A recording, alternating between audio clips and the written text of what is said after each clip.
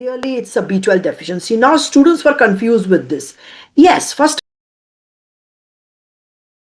borderline means either borderline low, borderline high. Physicians have to be alert. It's not normal. It's more normal means it should be in the middle. So this word borderline, when they come, please don't think it's a normal value. It's not normal. It has to be paid attention. So first of all, it's a clear-cut case of B12 deficiency because cobalamin is low and there's a strict vegetarian diet. It can be folic acid because vegetarian diet gives you folic acid, right? Yes? So can be folic acid. Now next is this paragraph. What do physicians do? When cobalamin levels are borderline, borderline is not normal. That means if cobalamins are borderline low, then they order MMA and homocysteine. Are you clear with that?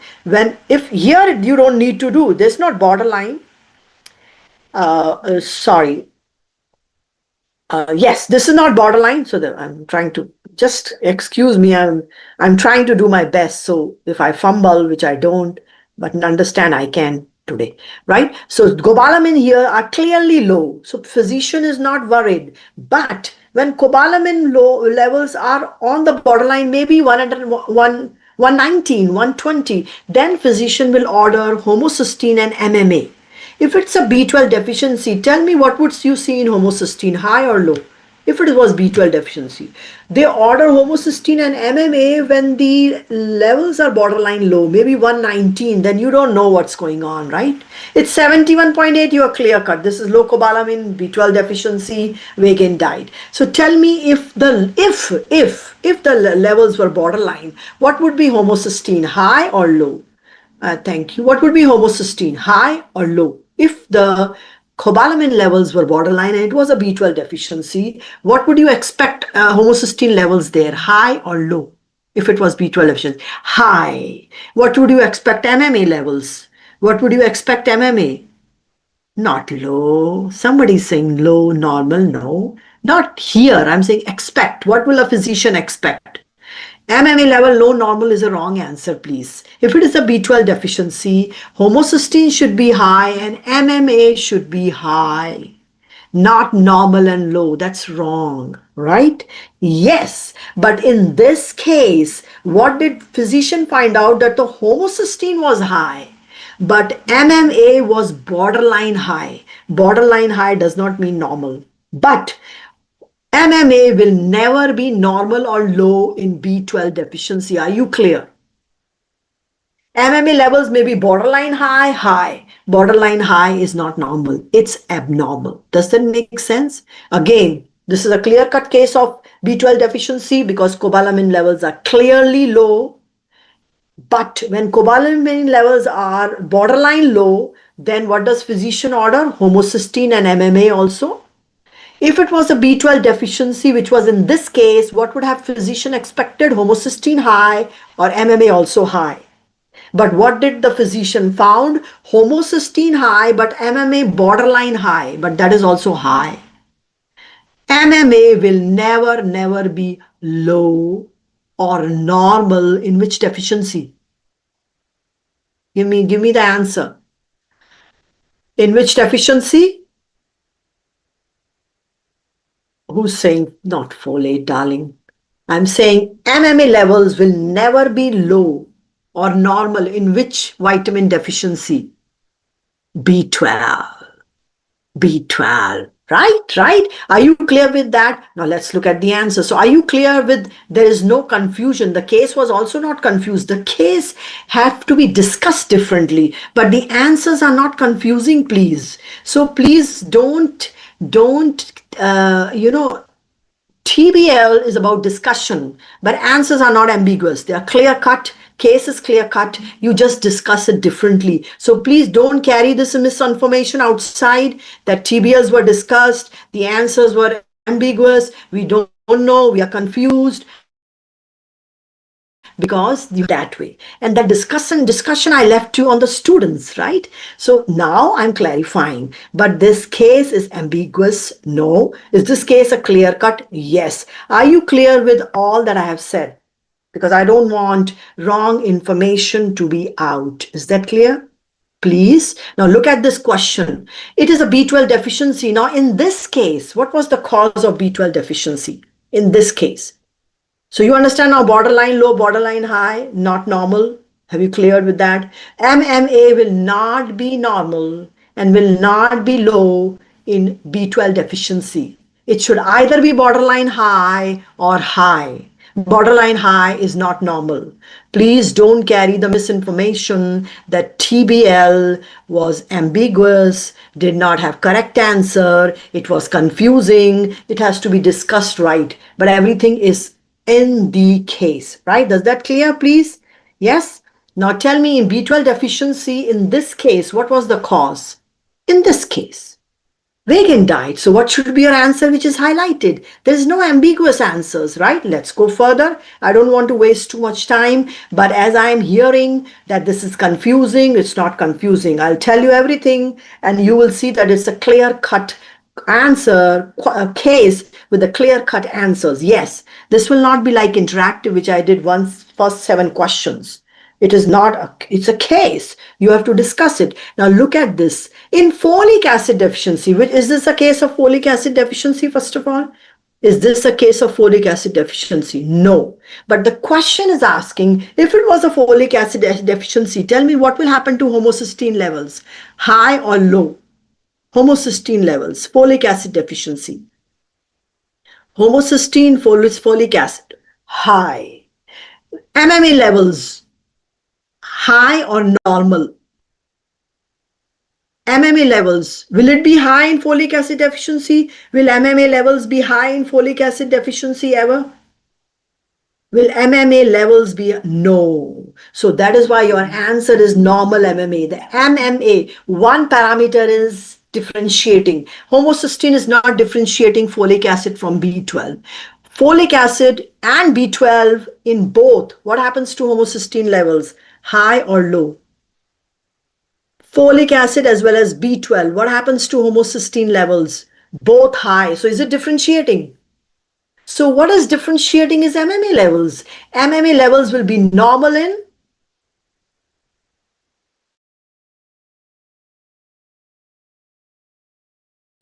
borderline high was in this case, borderline or high in which deficiency? B12. Is there any ambiguity? Is there any ambiguity? There's no, they are not ambiguous. They are clear cut. They have to be discussed well by the students. So TBL is a student activity. If you discuss it well, you will have all the answers, right? Now look at this. B12 deficiency. Yes, in this case, what was the cause? What was the cause of B12 deficiency in this case? Which diet was the cause of vegan diet? But can partial gastrectomy be a cause of B12 deficiency? What will go down because of partial gastrectomy? What will go down because of partial gastrectomy? Intrinsic factor. Intrinsic factor is required for B12 absorption. B12 deficiency due to intrinsic factor defect is known as pernicious anemia. That is the word for B12 deficiency only due to intrinsic factor defect. Then it is called pernicious anemia. So there is no ambiguity here. Okay, other answer choice, please do them. That's why I've been in this question, not because I love the other choices, right? Rule them out. Now look at this. In this case, there was megaloblastic anemia and neurological signs and symptoms. Now, neurological should not be vague. Neurological signs and symptoms are clear-cut, tingling, numbness, altered sensation. They are not like spina bifida neural tube defect. They are typical of what? B12 deficiency. B12 deficiency, you will see tingling, numbness, loss of altered sensation. Now, what are the cause of each? Megaloblastic anemia, is it seen in both folate and B12? Megaloblastic anemia, is it seen in both folate and B12? But tingling, numbness, altered sensation, is it seen in folate? Tingling, numbness, no. So that is why megaloblastic anemia plus tingling, numbness and altered sensation is B12. But now what is the cause of each one of them? Megaloblastic anemia is because you are not doing nucleic acid synthesis. And neurological signs and symptoms are because there is low SAM and that propenyl-CoA, methylmalonyl-CoA pathway is not working. So there are different causes of these signs and symptoms. So what is megaloblastic anemia due to? No nucleic acid synthesis. Now you're not doing purine, you're not doing pyrimidine. That's why there is megaloblastic anemia. But why there is tingling, numbness, altered sensation? Because of SAM is low, number one, and the propenyl CoA, methylmalonyl CoA pathway is not working. So are you clear with that? So that is why the answer here should be folate trap and SAM. I will explain you folate trap. Folate trap is doing the same thing, no nucleic acid synthesis. So the cause of megaloblastic anemia is what? The first one. What's the cause of megaloblastic anemia? Folate trap. I'll tell you what is folate trap. Again, because of this, you're not doing nucleic acid synthesis. But what are the causes of some neurological signs and symptoms? SAM is also low. No myelination of nerve. SAM is not your next door neighbor, right? It's involved in myelination of nerve. So this is the right answer, right? Now the last one. Yes, in this case, it's the strict vegetarian diet. But the question is asking you, see, these questions are designed to educate you about a topic and then also ask you about the case. Everything cannot be around the case. Otherwise, you will not take home key points. Now, why is cobalamin deficiency takes 2.5 to 3 years to develop? It's not like very acute. 2.5 to 3 years to develop because there are large cobalamin stores. Are you clear with the answers? Please, there is no ambiguity. The clinical case has to be discussed by students well. They have to be pre-read students well, so they have clear-cut answers. But as I always, right? So I'm holding your hands now, and now you have the right answers. Great, and you have every answer. Now let's look at our vitamins. And this is your interactive. I have given you 2 PowerPoints. I'm sorry, am I clear? Yes. First, let's do vitamin, okay? First hour up to 11:50, I would do. Please take care of people to admit, so I'm not distracted. Thank you. Okay, now let's do this vitamin. Now this is your vitamin interactive. Yes, in TBL cannot beat 100 vitamins, right? Otherwise, I will sit at 8 till 8 o'clock doing TBL only. TBL got to be 1 vitamin. That's why I did folate and B12. And I explained you that this is a concentrated vitamin and we will do the other vitamins. Let's see, first of all, you have 2 sessions. You will have 25 questions. Both the sessions will be almost equally tested. So don't neglect one session over the other. First session was cancer genetics, but I will teach it last because I did a good review. Let's do vitamins. What I need to know to vitamins. What I have done is I have compiled Dr. Kamat's lecture, but please, I'm not teaching you, so I will be quick. Keep noting down what you need to review very well, right? For vitamins, let's start first with fat-soluble vitamin. First of all, unlike water-soluble vitamin, fat-soluble vitamin has provitamins. So know it. Water-soluble do not have provitamin. Lastly, fat-soluble vitamin have toxicity. Water-soluble does not. So these key differences. So when I'm saying that fat-soluble vitamins have toxicity, they also need fat for absorption.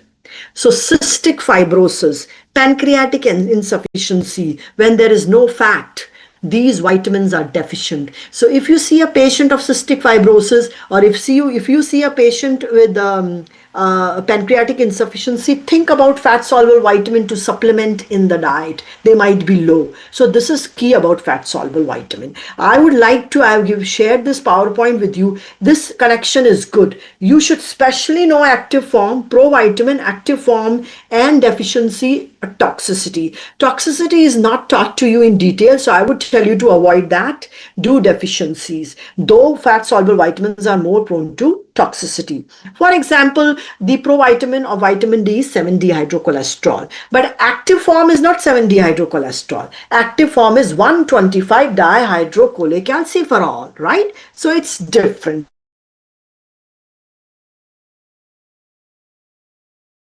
Resorption to make the bone strong. Rickets and osteomalacia are its disorders, right? Are you clear with the focus what I'm giving you? A, D, E, K are your fat soluble. They are not water soluble, please.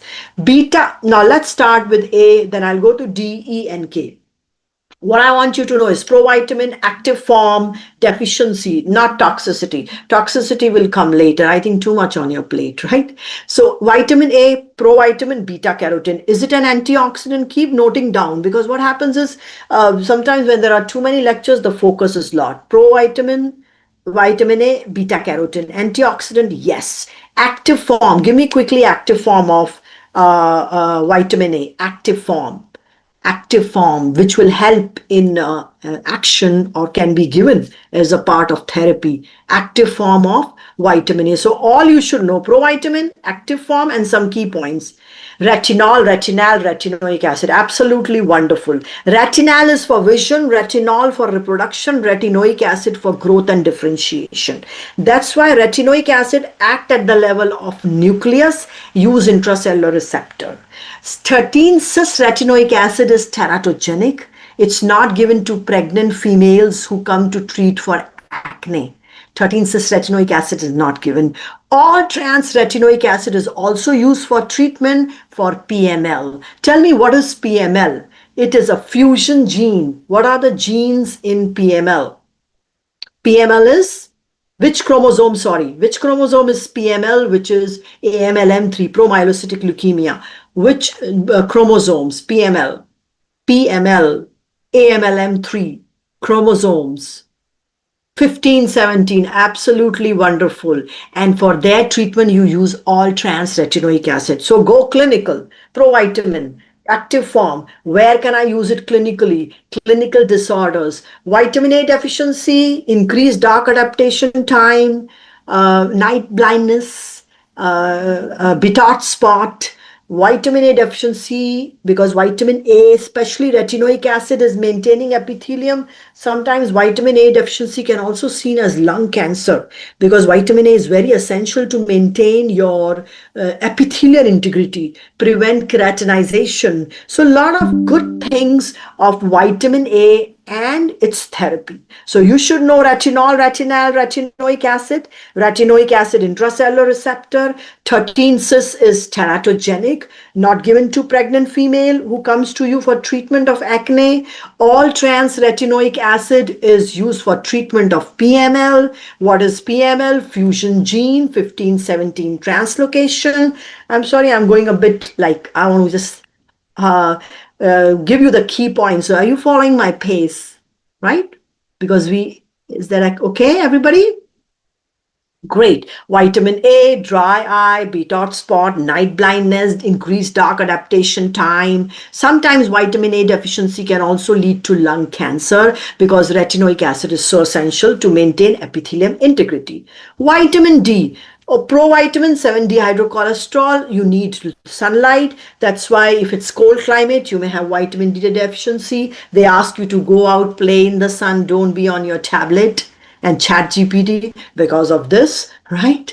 To find out, to have good sunlight. Active form 125 dihydroxycholecalciferol. 25 hydroxylase is not important. One is very important. It's in kidney and it's regulated by calcium and phosphate. That's why it's highly regulated. Kidney disorders, chronic renal failure, can it lead to vitamin D deficiency? Yes. So there are signs and symptoms too. Mostly vitamin deficiencies history is tea and toast diet, or elderly patients. Elderly people, when they are age-old home, they don't look after themselves. They are more on tea toast diet. And that's why that's common history. But there are specific history. For example, vitamin D deficiency history should be chronic renal failure, not vitamin K. So that is specific. Now, what is vitamin D doing? What is the,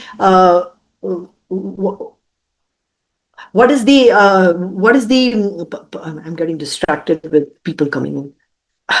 What is vitamin D doing? Increasing calcium absorption at the level of intestine, increasing calcium and phosphate absorption at the level of kidney, increasing osteoclastic activity. All in all, the whole role of vitamin D is, if your serum calcium and phosphate levels are falling, vitamin D would try to bring them back up. Parathyroid work in conjunction with vitamin D, with one exception. Parathyroid hormone promotes phosphate excretion at the level of kidney. That is why I think that has been corrected in your slide, that hypoparathyroidism, because parathyroid hormone promotes phosphate excretion. So tell me, hypoparathyroidism will lead to what? High phosphate serum or low phosphate serum?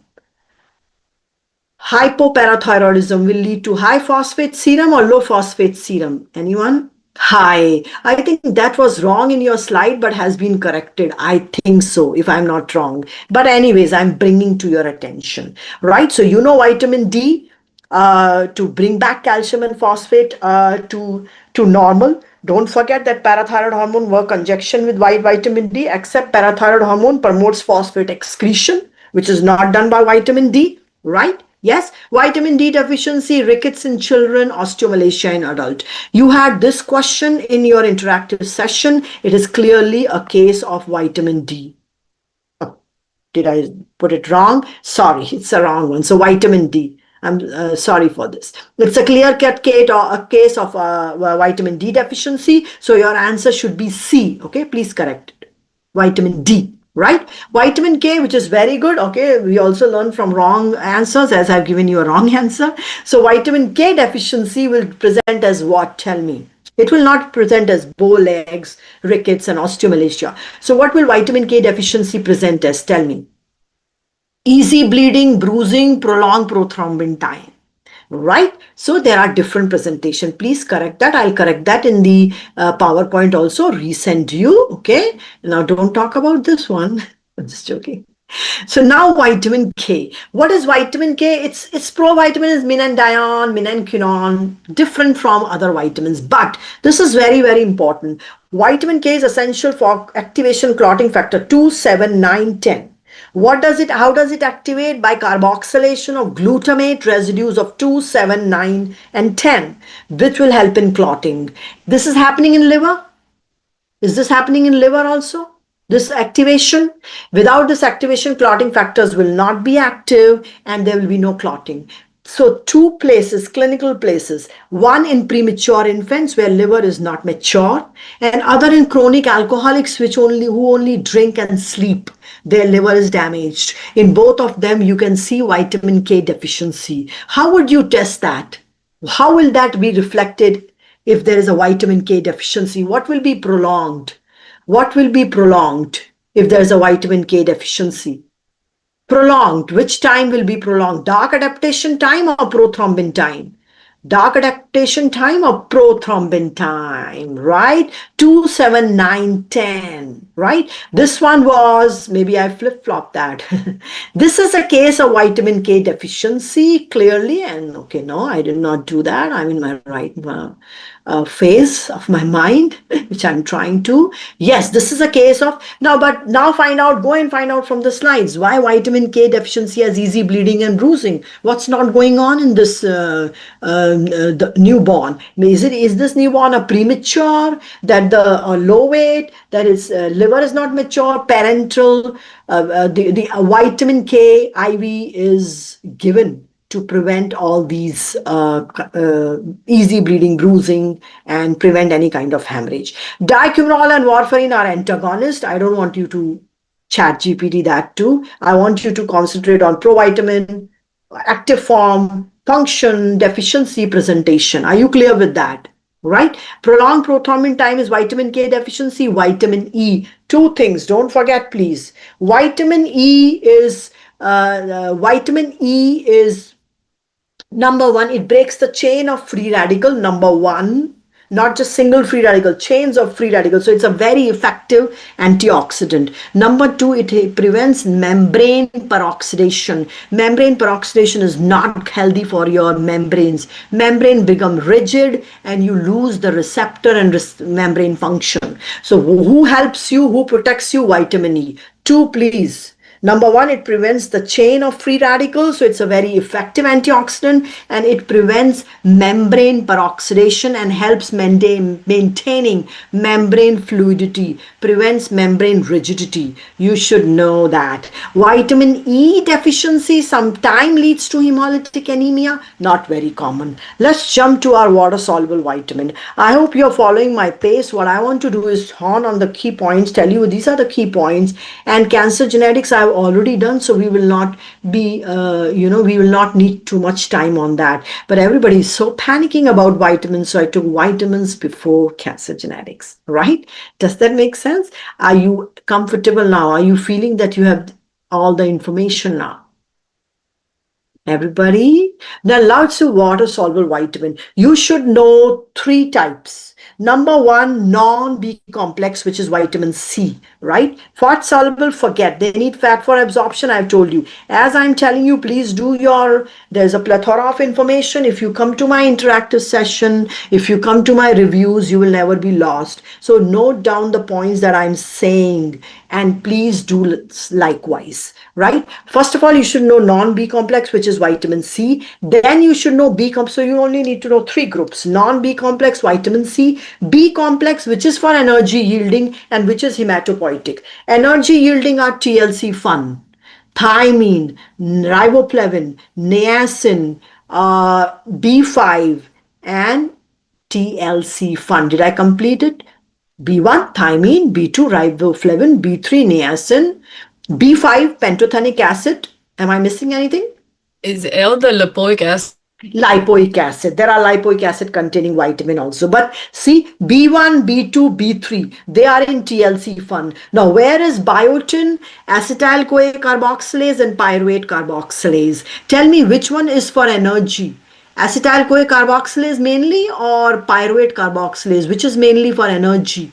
Acetyl-CoA carboxylase or pyruvate carboxylase? You need to know vitamins and their as coenzyme for which enzyme. So biotin is also for energy. Biotin, all carboxylase require biotin, please. Acetyl-CoA carboxylase or pyruvate carboxylase, which one is for major for energy? ACC or pyruvate carboxylase? ACC, it's for fatty acid synthesis. So yes, biotin is also for energy. Pantothenic acid, if you want to activate a sugar, what do you add? If you want to activate a sugar, what do you add? What do you add if you want to activate a sugar? What?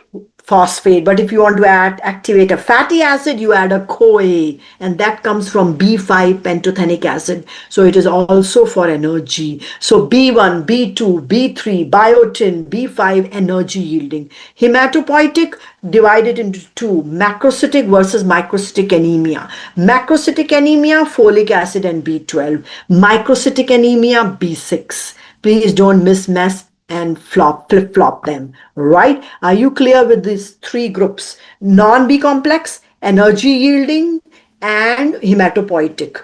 So tell me what are in hematopoietic. So I need a little break too. God. So tell me the hematopoietic. Give me hematopoietic vitamins. Very good. Everybody who's answering, even if you're not answering, you still have time. Hematopoietic will be B6, B12, and folic acid. B12 active form cobalamin, folic acid active form tetrahydrofolate, B6 active form PLP, pyridoxal phosphate. B6 is also known as pyridoxine. Don't get thrown off by other names. You should know that too. B6 is pyridoxine. Here there is no provitamin, so don't waste your time. I want you to know to active form, enzyme, pathway if you need. This will come later. Enzymes, absolutely. Pathway, I will tell you if you need it. And deficiencies. Let's start with this. How would you go about that? Now, is this coming from B1, B2 or B3? Are these coenzymes active form coming from B1, B2 or B3? B3 first of all. B3 is niacin. And which one is for synthesis, NADH or NADPH? Which is for reductive synthesis, NADH or NADPH? NADH or NADPH? What is NADPH? Is NADH for energy? Is NADH for energy? Is NADH for energy? So that is why, is B3 one of the energy yielding vitamin?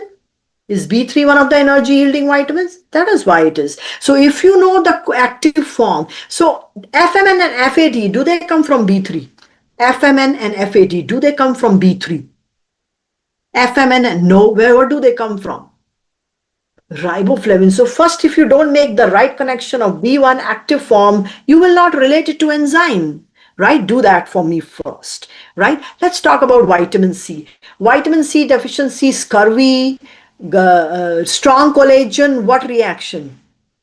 Vitamin C, scurvy, normal. Vitamin C deficiency causes scurvy, but vitamin C is essential for collagen, strong collagen.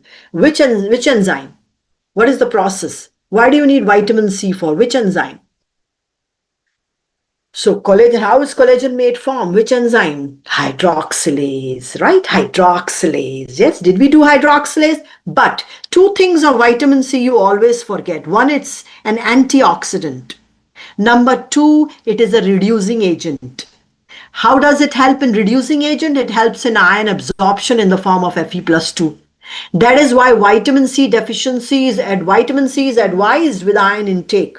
And vitamin C deficiency can lead to iron deficiency anemia, right? People tend to forget. All they think is bleeding gum, bleeding gum. When vitamin C comes, the gum starts bleeding. Don't do that, okay? You need to connect that. But vitamin C, scurvy, hydroxylase, bleeding gums, absolutely important. But don't forget the other two, which is vitamin C is an antioxidant.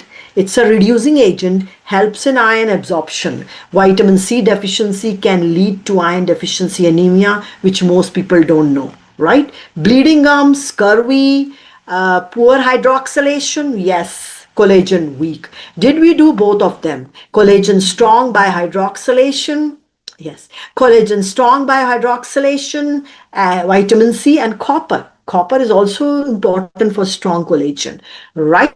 We did both of them. I'm just bringing these slides. You have addressed these slides, right? Yes, remember? Just a second. I hope I have the right PowerPoint. I think so. Great. Let's see that.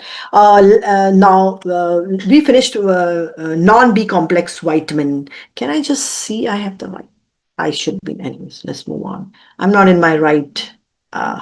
I sometimes think I'm messing up more, but anyways. So non-B complex is C. B complex, let's start with the energy yielding. You said thiamine, B1, riboflavin, B2, niacin, B3. You should know the list of thiamine dependent enzyme and multiple vitamin dependent. Multiple vitamin was TLC-1. TLC-1 was which vitamin? Which enzyme? TLC-1 was which enzyme?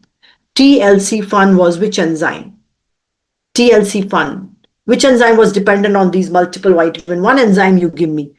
TLC-1. Anyone? Which enzyme? I'm not asking vitamin. The multiple vitamin TLC-PDH. You know who shares the same vitamins as PDH? Alpha-ketoglutarate dehydrogenase of TCA cycle.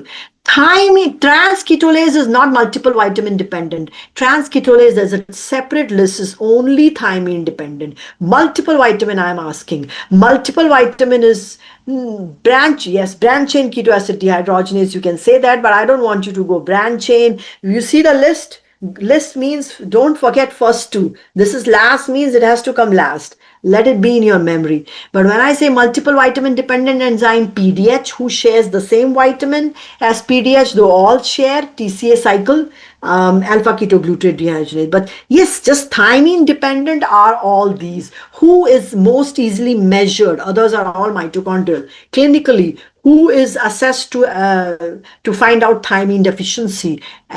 PDH, alpha ketoglutarate, transketolase. So there is importance of these enzymes. What are we doing? We move from non-B complex to energy yielding. Energy yielding were thiamine, riboflavin, niacin, B5, and biotin. We are doing thiamine. You should know the thiamine dependent list and multiple vitamin dependent list. Multiple vitamin dependent list first should come to your mind is PDH. Who shares the same vitamins as PDH? Alpha ketoglutarate dehydrogenase.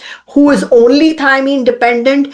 PDH, alpha ketoglutarate dehydrogenase, and transketolase. Transketolase is not multiple vitamin dependent, only thiamine, assess thiamine deficiency. Riboflavin. Now, when you see these, don't do them. I'm just bringing your attention because what happens is you have done all these enzymes in the fall. So I'm just bringing in these slides for you to recall. So 3 or 4, which is PDH? 3 or 4, which is PDH? 3 or 4, which is PDH? 4. This is PDH, multiple vitamin dependent. What is 3 then? Which is also important. What is 3 enzyme? What is 3 enzyme? Pyruvate carboxylase. All carboxylase require which vitamin? All carboxylase require which vitamin? Biotin, not B6, biotin. So do both 3 and 4 step. Both 3 and 4 step. Your question was B5. B5 is used for, I told you B5 is pantothenic acid, gives you CoA, right? So B5, which first you should remember B5 as TLC fun. So which enzyme is TLC fun? B5, TLC fun. PDH, so your answer should be C. Your answer should be C. Can I check one thing because I had answers? I hope I am at the right. Give me a second. Am I at the right PowerPoint? Give me a minute, please, because I wanted to show the answers. I think I am. Anyway, if it's not there, I will post this, please. But I'm very surprised that it's not there. Anyways, it's okay, right? I will tell you the answers, and after the session, I will post the answer. I did highlight the answers, but it's okay, right? So where were we? We were looking at this question, which was in your interactive session for TBL. Are you seeing my slides again? I will tell you the answers. I thought I had highlighted them, but I'm going to post them with answers, right? So again, did you see B5 here in your TBL class? B5 is part of TLC fund. So your answer should be PDH, which is the C, right? So should you know multiple vitamin and only thymine dependent? Yes, absolutely. Do thymine well. Now tell me which one of them need biotin out of all of them. Which one needs biotin? Which one need biotin? What should be your answer? Which one needs biotin? What should be your answer? Let me quickly see the answer. Absolutely wonderful. You all are doing great. So A is biotin. Which other enzyme also needs biotin apart from pyruvate carboxylase, which was for fatty acid synthesis? All carboxylase require biotin, but apart from pyruvate carboxylase, which other enzyme needs biotin? Which other enzyme needs biotin? Anyone? Ace, and not acetyl CoA carboxylase, you're close, right? ACC, acetyl CoA carboxylase, pyruvate carboxylase, both require biotin. That is why biotin is given in energy yielding, because biotin is required for acetyl CoA carboxylase fatty acid synthesis. Do you understand that? Since you have done this in fall, I'm bringing to your attention. TCA cycle, did we say alpha ketoglutarate dehydrogenase share the same vitamin as PDH? So it's for energy yield reaction. Now tell me, niacin, what's the source of FMN and FAD here? This vitamin and enzyme, what's the source of FMN and FAD here? Is it B3 or B2? What is the source of FMN and FAD here? B3 or B2? Yes, flip-flop that. When they are saying NAD, NADPH, what's the source of vitamin? NAD, NADPH. That is niacin. Then see, where is NADH used? For energy yielding reaction. Yes. Where is NADH part of? TLC fund. Does that make sense? But first, don't flip flop the vitamin and its active form. So this is not coming from niacin. Is this step, does this step require niacin? Does this step require niacin? No. Does this step require niacin? Right side? Does this step require niacin? Yes. And does this step require multiple vitamin, not just niacin? Right? So see, vitamins are so important. Why they ask you to take daily vitamins, and why do you feel lethargic? Because your energy yielding reactions are not working good, right? So is thiamine, are there two different lists of thiamine dependent and multiple vitamin dependent list? Yes. Yes. Thiamine dependent are PDH, alpha ketoglutarate dehydrogenase transketolase. Multiple vitamin dependent are PDH and alpha ketoglutarate dehydrogenase. It is different, right? Now, I don't want you to do deficiency, because remember, vitamin deficiencies are not so severe that they cause such drastic signs and symptoms. But tell me, biotin deficiency or thiamine deficiency, which will cause hypoglycemia? Biotin deficiency or thiamine deficiency, which one will cause hypoglycemia? Biotin deficiency step 3 or thiamine deficiency step 4, which one will cause hypoglycemia? Not thiamine. Step 3 biotin, not thiamine. So tell me, step 4 is for what pathway? Step 4 is for what pathway? Step 4 is for which pathway? TCA. TCA gives you what? What is TCA purpose? What is TCA purpose? Energy. So when thiamine is not there, your energy yielding reactions are going low. But here step 3 defect, first symptom will be hypoglycemia, because step 3 is for gluconeogenesis, pyruvate carboxylase, biotin. Did you get that right?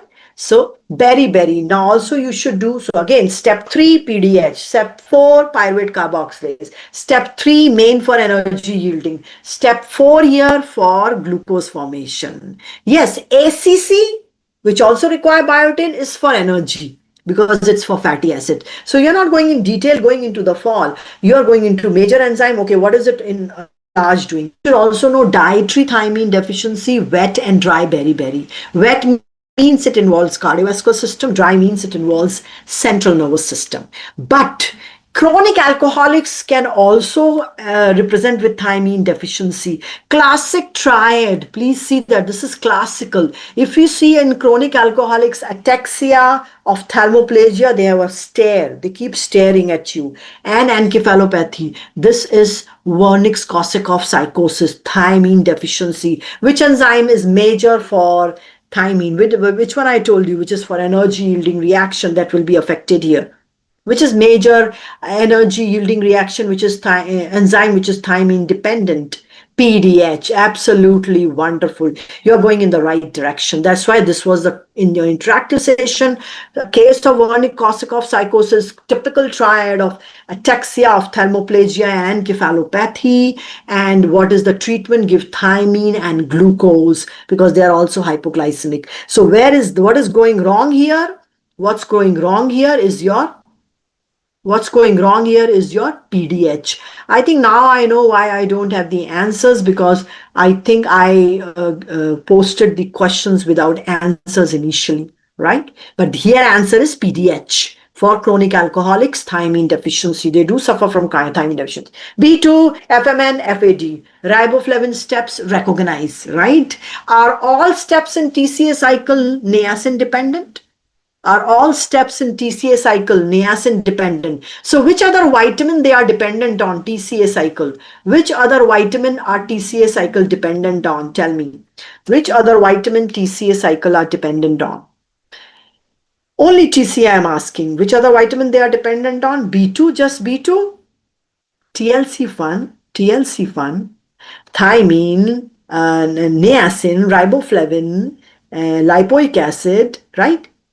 TLC-1, thiamine, niacin, TLC, thiamine, lipoic acid, coenzyme A, which is B5, FAD, and niacin, right? TLC-1. So when you talk about TCA cycle, yes, PDH is only thiamine dependent.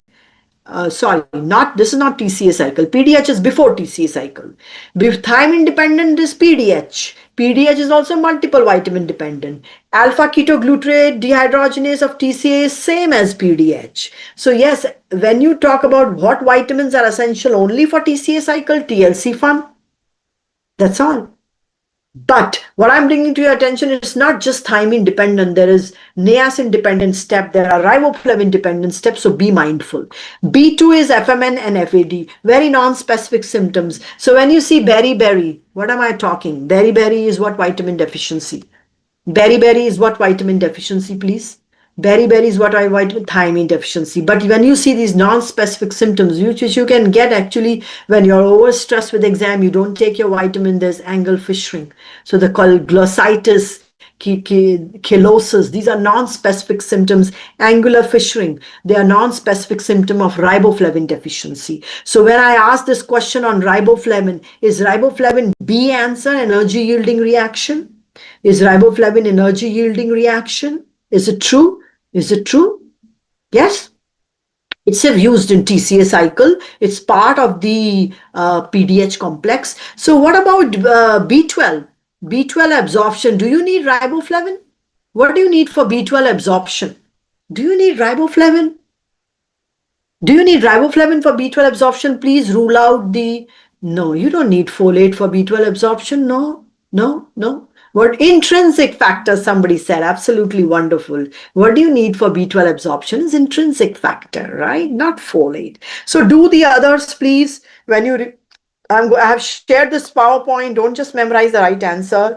I will put the right answer and repost this PowerPoint. If you are not clear, it will be highlighted post session. B3, NAD, NADPH. NADPH is for reductive synthesis. NADH is for energy. That's why B3 is also for energy yielding reaction. What do you see? Diarrhea, dermatitis, dementia. 3Ds. If you see 3Ds, they are testing your niacin deficiency, diarrhea, dermatitis, dementia, right? And dermatitis is sun exposed area, either in the collar neck or on the hands. If you're not wearing full sleeves, I'm wearing, so I will not have it, right? So either on the sun exposed areas or around the collar, that's the photosensitive dermatitis. But in Hartnupp's disease, we also studied pellagra like symptoms. Don't forget that dietary niacin deficiency is pellagra. What is dietary niacin deficiency? Pellagra. But there is one more source of niacin. Which one is the endogenous source of niacin? Tryptophan. That's why Hartnupp's disease may have pellagra-like symptoms. Okay. NADPH dependent. Will you pick energy yielding reaction? NADPH. Is NADPH for energy?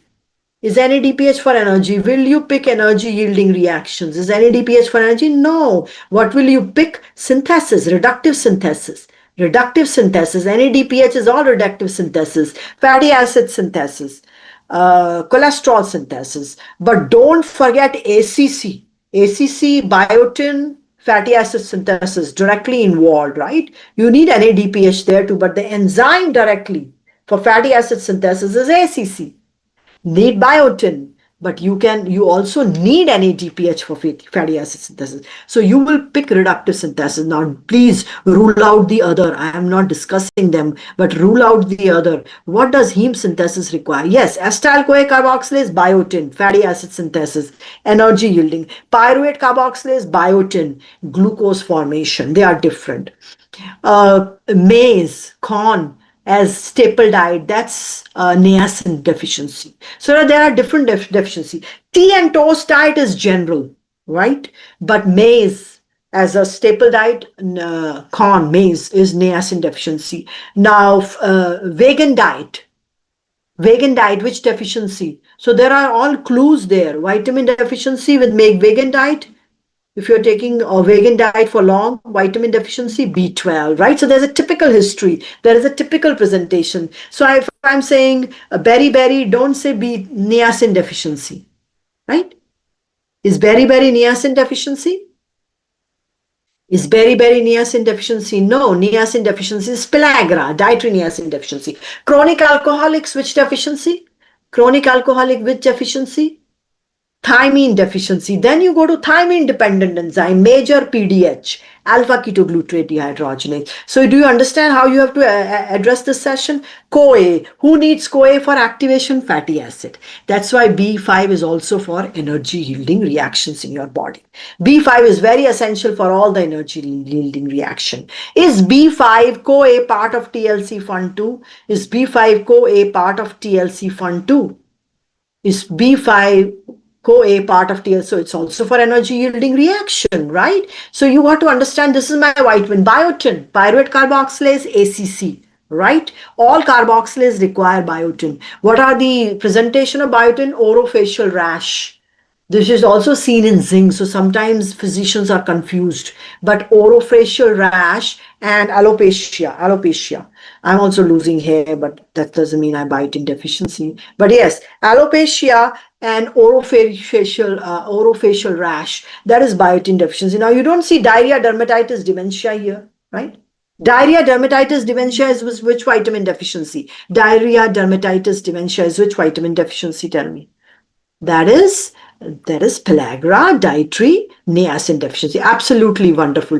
Biotin is two enzymes. So first, vitamin, active form, enzyme, what can be affected? Then deficiencies, right? Please don't forget the order, right? Don't jump to, what do you think? Okay, we got to go clinical. No. This is biochemical or genetic basis of a course. So you have to first know the basis. Biotin is pyruvate carboxylase or ACC. Yes, two enzymes I said. Pyruvate carboxylase is for what? Pyruvate carboxylase is for which forms what in your body? Pyruvate carboxylase. To form what in your body? Pyruvate carboxylase is to form glucose in your body. But also both pyruvate, this is a difficult question. I don't think so. I just bring in different variety of questions. Somebody is asking me post more questions. Believe me, I have made more than adequate questions. From one questions, you need to understand 5 answers. If you are not religiously doing these questions, ruling out 5 answers, then you can say you don't have enough questions. If you are memorizing answers, you don't have enough question. If you are ruling out every choice, you have more than enough questions. I have posted multiple questions with PowerPoint and they are on online self-assessment. If you need more, chat GPT. I'm just joking. Don't go there. Okay. Now, this is a bit of complex. Can anyone answer me though? So that will give me a little break. So biotin deficiency, biotin pyruvate carboxylate, let's concentrate there. So biotin deficiency, can you see hypoglycemia? Can biotin deficiency result in hypoglycemia? What else biotin deficiency can result in? Lactate accumulation also? Everything above will accumulate. Can biotin deficiency result in lactate accumulation? And lactate competes with urate for excretion. So you can see hyperuricemia in biotin deficiency. Will you pick hyperglycemia for biotin deficiency? Will you pick hypoglycemia for biotin deficiency? No, you would not. Just to tell you, this is a very high order question, but this is to tell you that you have to relate the right symptom with the right vitamin deficiency. Hypoglycemia cannot be pyruvate carboxylase. So pyruvate carboxylase is step 3 or step 4. So you got to be very clear with 3 or 4. Which is pyruvate carboxylase? 3 or 4? Pyruvate carboxylase biotin is 3 or 4? Let me see that. It is 3. Absolutely wonderful. So in pyruvate carboxylase deficiency, lactate can accumulate. Glucose can go down. Lactate competes with uric acid for excretion. So yes, pyruvate carboxylase deficiency, if severe, can cause hyperuricemia. Why not? Right? Deficiency of biotin may be associated with, am I bringing it back? Yes, but this is another answer. Sorry. Here, deficiency of biotin, I think it was in your TBL, right? Yes, was it in your TBL? If it is not, don't worry. So tell me, deficiency of biotin will be, which one will you pick? Deficiency of biotin, which one do you want to pick? B, which is hypoglycemia. Absolutely wonderful. Would you pick bleeding gums for biotin deficiency? Bleeding gums. Bleeding gum is for biotin deficiency? No, it's vitamin C deficiency. Vitamin, who's saying vitamin K? Now that's very good answer. I like that answer. I like wrong answers more than right. So when you say superficial bleeding like bleeding gums, that's vitamin C deficiency. Vitamin C deficiency is also with delayed wound healing. But when you see internal bleeding, easy bleeding and bruising and prolonged prothrombin time, that is vitamin K deficiency. Please don't relate superficial bleeding to vitamin K deficiency. That's not possible. Vitamin K deficiency has internal bleeding, easy bleeding and bruising and prolonged prothrombin time. You should be clear. Who's saying vitamin K? Did I clear you now? Never pick vitamin K with bleeding gum. That's a superficial hemorrhage. That's vitamin C deficiency. Biotin deficiency will lead to B, but it was vitamin C, you would have picked bleeding gums. I will repost this with the answer. These are your final PowerPoint. Now, lastly is vitamin folic acid and B12. Am I close? I want to finish vitamins, then we'll take a break because cancer genetics we have already done, so should be quick. Is everybody okay with that? Folate and B12, clear cut. You should know where both folate and B12 is used. But the problem is people get confused with deficiencies. You know where is folate used. Let's do that. First of all, should you distinguish macrocytic from microcytic anemia? Absolutely. Microcytic anemia is iron deficiency and B6 deficiency. Why? B6 is required for heme synthesis. Please do everywhere B6 is used. So do you relate B6 deficiency to microcytic anemia? Yes, because heme synthesis require B6. Do you relate B6 deficiency to macrocytic anemia? No, no, and no. Absolute no. What is sideroblastic anemia? Since in B6 deficiency you can't form heme, iron gets deposited around the heme, and that is known as sideroblastic anemia. Do you see sideroblastic anemia in B6 deficiency? Yes. Do you see microcytic anemia in B6 deficiency? Yes. Don't draw this whole pathway and feel proud. This is not being tested, right? You are only tested on B6 deficiency heme synthesis, right? But this is the whole pathway of heme synthesis. So does B6 deficiency leads to microcytic anemia? Absolutely, absolutely. So heme synthesis require which one? What should be your answer? Heme synthesis require? C should be your answer, pyridoxine. Now, where should be niacin an answer? Give me one enzyme where you need niacin. One enzyme that you need niacin. Just one enzyme. Not all of them. One enzyme that you... PDH. PDH is a very good answer. PDH, alpha ketoglutarate dehydrogenase. These are very good enzymes where you can all put multiple vitamin dependent. So B6 deficiency, microcytic anemia, because B6 is required for heme synthesis, but B6 is used other places also. Where do you see B6? Anyone?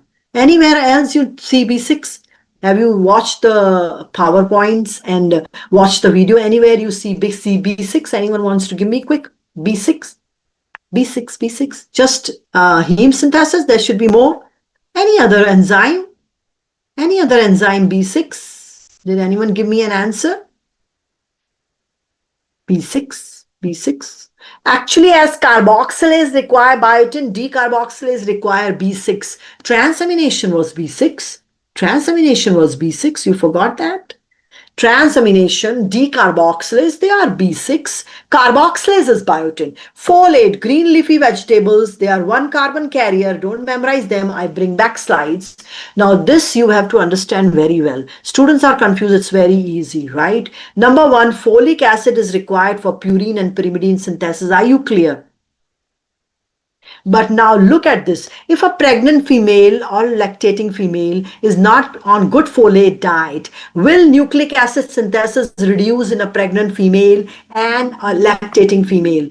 Will nucleic acid synthesis reduce? That is why that leads to megaloblastic anemia, because nuclear maturation lags behind cytoplasmic maturation. You see immature cells with large nucleoli. So the cause of megaloblastic anemia in a folic acid deficiency is poor folate intake, not folate trap. Okay, folate trap is not the cause of folic acid deficiency. Folic acid deficiency means the pregnant female or lactating female or anyone who's not taking folic acid, which is green leafy vegetables. We all take that. Then there is no slow nucleic acid synthesis, and then there is megaloblastic anemia. But folate is required for methionine synthesis too. Yes. Which other vitamin is required for methionine synthesis apart from folate? Which other vitamin is required? B12. So in both B12 and folic acid deficiency, what will happen to methionine levels? High or low? In both folate and B12 deficiency, what will happen to methionine levels? High or low? So methionine levels are not differentiating. Yes, for folic acid and B12 deficiency. First of all, know that. Are you clear with this slide? So in folic acid deficiency, low folate intake, no nucleic acid synthesis, nuclear maturation behind cytoplasmic maturation, immature cell with large nucleoli, megaloblast or macrocytic anemia. In folic acid deficiency, methionine synthesis will be low. This will also be seen in B12 deficiency. Now, why B12 deficiency has megaloblastic anemia? You found out the cause of megaloblastic in folic acid deficiency because B12 deficiency has a folate trap. Folate is not free to do all this. That is why B12 and folate also have megaloblastic anemia, right? In B12 deficiency, what is not free? There's a folate trap, means folate is trapped with methyl group. In B12 deficiency, what is not free? Folic acid. So in both B12 and folic acids, will you see megaloblastic anemia or macrocytic anemia? In both folate and B12, will you see megaloblastic and macrocytic anemia? Yes, but the cause is different. In folic acid deficiency, the cause is low folate intake. In B12 deficiency, the cause is folate trap, right? But in both folic acid and B12 deficiency, is methionine low?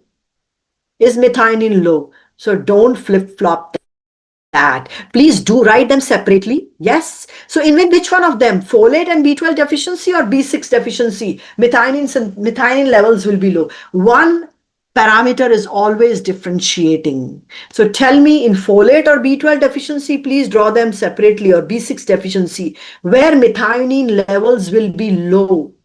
Where methionine levels will be low. Folate and B12 deficiency or B6 deficiency? Where will methionine levels be low? Take a minute. Folate as well as B12. Please don't keep them separate when this reaction is coming. They both are used. Okay. In both folate and B12 deficiency, methionine levels will be low. But look at this. You will be surprised. Look at this. In folate and B12 deficiency, methionine levels will be low. But what about B6 deficiency? If it's B6 deficiency, what will happen to methionine levels? In folate and B12 deficiency, methionine levels will be low. But what about B6 deficiency? What will happen to methionine levels in B6 deficiency? They would be high. So please, because all homocysteine will be diverted to this pathway now. So there are two pathways. Only in folic acid and B12 deficiency, methionine will be low. So let's do that. B6 deficiency, B12 and folic, all three, what will happen to homocysteine? B6, B12 and folic acid deficiency, what will happen to homocysteine? B6, B12 folic acid will be high. It's not differentiating. B6, B12 and folic acid, all of them homocysteine will be high. It's not differentiating. Who is differentiating? Methionine levels. Now tell me, B6 deficiency or folic and B12 deficiency, where will methionine levels be low? B6 or folic and B12? B6 or folic acid and B12, where methionine levels will be low? B6 or folic acid and B12? Again, B6, B12 and folic acid, homocysteine level will be B6 deficiency, folic acid deficiency and B12 deficiency. What will happen to homocysteine? B6 deficiency, folic acid and B12. Homocysteine will be high, but methionine levels will be low in the first pathway or second. Methionine levels will be low in which defect? B6 defect or folic acid and B12? Folic acid and B12. Clearly distinguish that. Don't flip-flop that, please. There are two different pathways using two different enzymes. So are all B6, B12 and folic acid required for homocysteine metabolism? Is this the right answer? Are B6, B12 and folic acid all three required for homocysteine metabolism? Yes? Is B6, B12 and folic acid? Yes, but still there are two different pathways. Folic acid and B12 is converting homocysteine into methionine. B6 is converting homocysteine into cystathionine. So there are vitamins, their active form, they are not employed at the same place, just like you all will also not be employed at the same place, right? Later. Right? You will have different destinations. So don't flip-flop that, right? Does that get? Macrocytic and microcytic anemia. So are you clear with B6 microcytic? Why vitamin C is microcytic? Because vitamin C helps in iron absorption. So vitamin C deficiency can also be microcytic anemia. But macrocytic is folic acid and B12. Folic acid deficiency, you don't see tingling, numbness, paresthesia, but you see neural tube defects like anencephaly and spina bifida. Right? B12, vegan diet, gastrectomy, ileal resection, dangerous. Why? For partial gastrectomy, you require intrinsic factor. Vitamin B12 deficiency because of intrinsic factor defect is known as pernicious anemia. Right? You know that? Yes? Now, is this step requiring folic acid? Is this pathway requiring folic acid? Is this pathway requiring folic acid? No, that's why MMA is normal in folic acid. MMA is normal in folic acid because this pathway does not require folic acid. And these accumulating in B12 deficiency also cause neurological signs and symptoms apart from SAM. All these accumulate and cause nerve damage, right? B12 deficiency, parietal cells, gastric cells, intrinsic factor, pernicious anemia.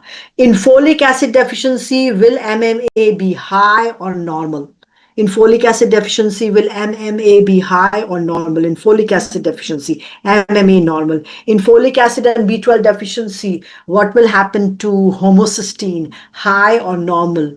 In folic acid and B12 deficiency, what will happen to homocysteine? High or normal? High. Everything is very clear cut. There is no ambiguity. Please don't make it. In B12 deficiency, look at this. You see a folate trap. Folate is trapped as methyl tetrahydrofolate. This is not seen in folic acid deficiency. B12 deficiency, SAM is low. Is SAM low? Somebody said SAM high during TBL. Is SAM low in B12 deficiency? Is SAM low in folic acid deficiency? Is SAM low in both? Yes. But folate trap you see in? Folate trap in? Folic acid or B12 deficiency? Folate trap. B12 deficiency, right? You got it? There's a clear-cut distinction. I have given a table. Leafy vegetables. What are you thinking is not happening? Green leafy vegetables. What is the source? Green leafy vegetable sources? Green leafy vegetable sources, folic acid. Can you do purine, pyrimidine synthesis? No, you can't. Right? Do the others. B12 deficiency due to intrinsic factor defect is known as? B12 deficiency due to intrinsic factor defect is known as pernicious anemia. Absolutely wonderful. And megaloblastic anemia is because you're not doing nucleic acid synthesis. Nuclear maturation lags behind cytoplasmic maturation. Give me 5 minutes and we will quickly do cancer genetics. Okay. Let's start at 15. I would be a bit quick on cancer genetics. We have already done that. I will not be teaching you that. I will tell you, okay, do this, do this, do this, and do that. Okay, 12:15. Did this help? Now, please don't say that there is ambiguity. Okay, we didn't do an interactive session. That's why there was not clear-cut information. I wish you good luck. Give me 5 minutes, okay?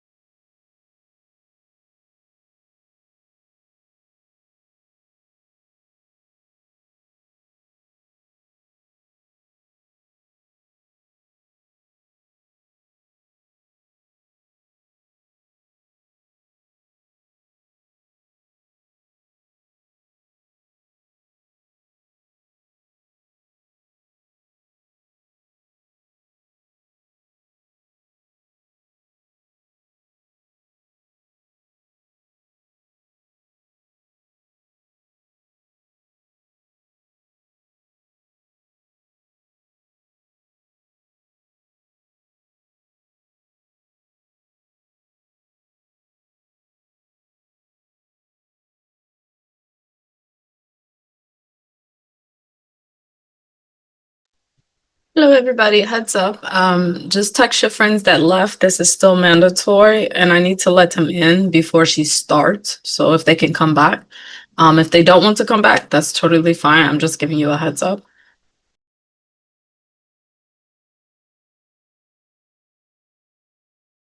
Everybody is good? Is there anything? Okay, let's do cancer genetics, guys. Let's see what is it 12:15 or we have 3 minutes? Can You have I? 4 minutes. Okay, great. I'm glad at least vitamins was good. Okay, now let's do what you need to know for cancer genetics. Please see that, note down the points. I have done cancer genetics in detail, right? Right with you all. But now please note down the point. In this section, please don't go fancy. Don't go fancy. Only basics are tested because you are being taught a basic course. Okay, so I will point you out the key points, note them down. Don't go on chat GPT. What is colon cancer? What is Lynch syndrome? No, you don't need to do that. You need to go back to the basics. Okay, I will do that. And 1 minute per slide. Hopefully we can wrap it up at 1. Right? Okay, we'll wait. Please understand that these reviews are very important for your own success, right? And if I can make the time to do them and repeat them, there's no harm coming back again if you want to get good grades, right? Okay.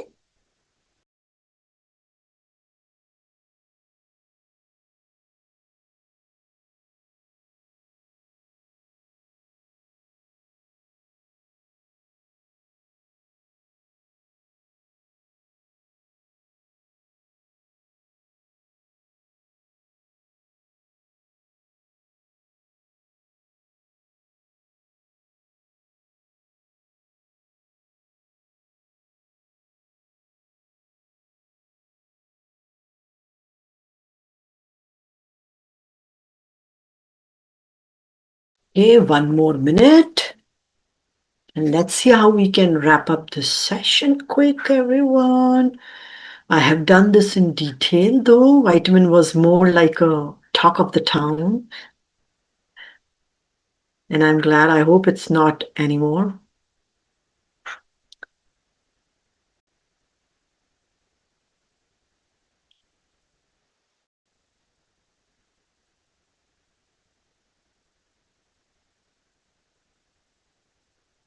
Okay, guys, let's be in our zen. Is everybody ready? Can I start it? If everybody is okay? Can I start it? Yes, Everyone? ma'am. We're all here. Everybody? Okay, great. I'm glad. Okay, it's also 12:50. Please first see that cancer is monoclonal in nature. It's always one cell that has the defect. What is the defect? There are two theories, genetic and mitochondrial. What is the mitochondrial defect? Warburg effect. Mitochondria are defective. The cancer cells take too much glucose. Because they take up too much glucose, they depend on anaerobic glycolysis because mitochondria is defective. Lactate accumulates which is a soil for more mutation and cancer. What's the nuclear theory? Either it's proto-oncogene or tumor suppressor gene. Gain of function is for proto-oncogene or tumor suppressor gene. Gain of function is for proto-oncogene or tumor suppressor gene, proto-oncogene. You can unmute and answer because I want to go quick. Otherwise, I would not be able to see a chat and answer. So you can do that. So again, only two theories. It's a monoclonal, single cell starts the defect, either genetic or mitochondrial theory. Mitochondrial theory, Warburg effect, you should know. Genetic theory, only two, proto-oncogenes, tumor suppressor gene. Epithelial cell carcinoma, epithelial cell origin, which is carcinoma, are more common. Know that male is naturally. One thing I want to tell you is in male, though there's an order, but non-melanoma skin cancers are more common, right? Just to bring your attention. Otherwise, they are tissue specific. Again, single cell defect, Two theories, mitochondrial, nuclear. Nuclear is only about proto-oncogene, tumor suppressor gene. Does do that in good detail.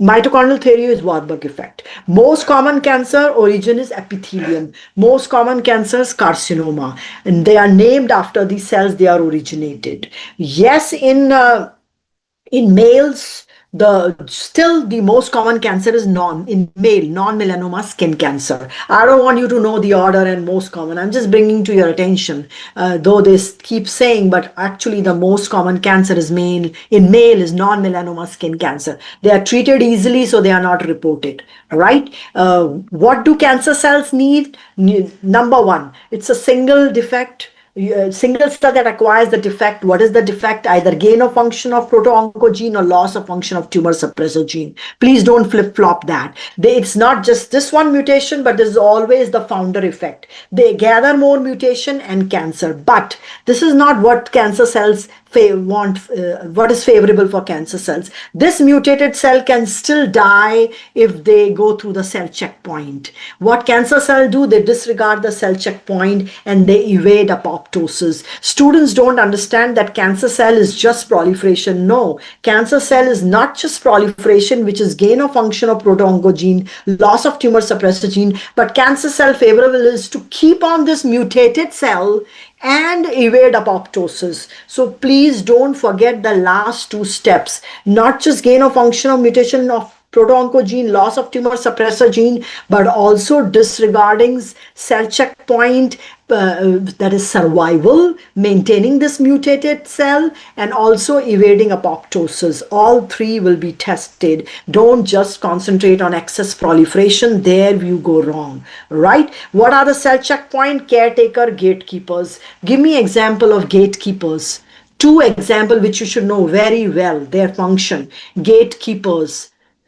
P53 and RB, very good. So they disregard checkpoint. All I'm bringing to your attention is students just think cancer is excessive proliferation. No, cancer is excessive proliferation. There is genetic and metabolic theory, but these cancer cells, favorable for them is to disregard cell checkpoint. So you should know caretaker and gatekeepers, tumor suppressor gene, and they also want to evade apoptosis. So you should know apoptotic and anti-apoptotic gene. When I'm telling you certain things, please note them down. So cancer cells is not just mitochondria defective, no oxidative phosphorylation. They also have gain of function.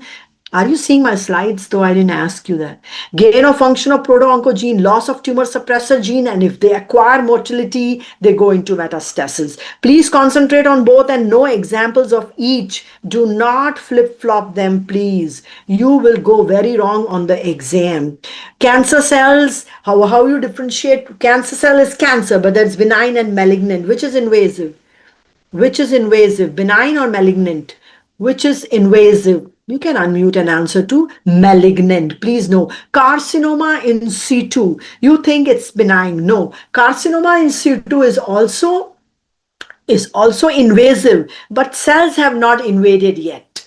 But property of invasiveness is malignant, not benign. Cancer cells are monoclonal in nature. There's always one cell that has the defect. What is the defect? Either gain of function of proto-oncogene or loss of function of tumor suppressor gene. Mitochondria are normal or dysfunctional in cancer. Are mitochondria normal or dysfunctional in cancer? Mitochondria. Are they normal or dysfunctional in cancer? Mitochondria dysfunctional. And that is why number two things here you also miss. Just as I told you, students miss, they just concentrate on proliferation. So gain of function proto-oncogene, loss of function of tumor suppressor gene, my cancer is done. I have learned it all. No.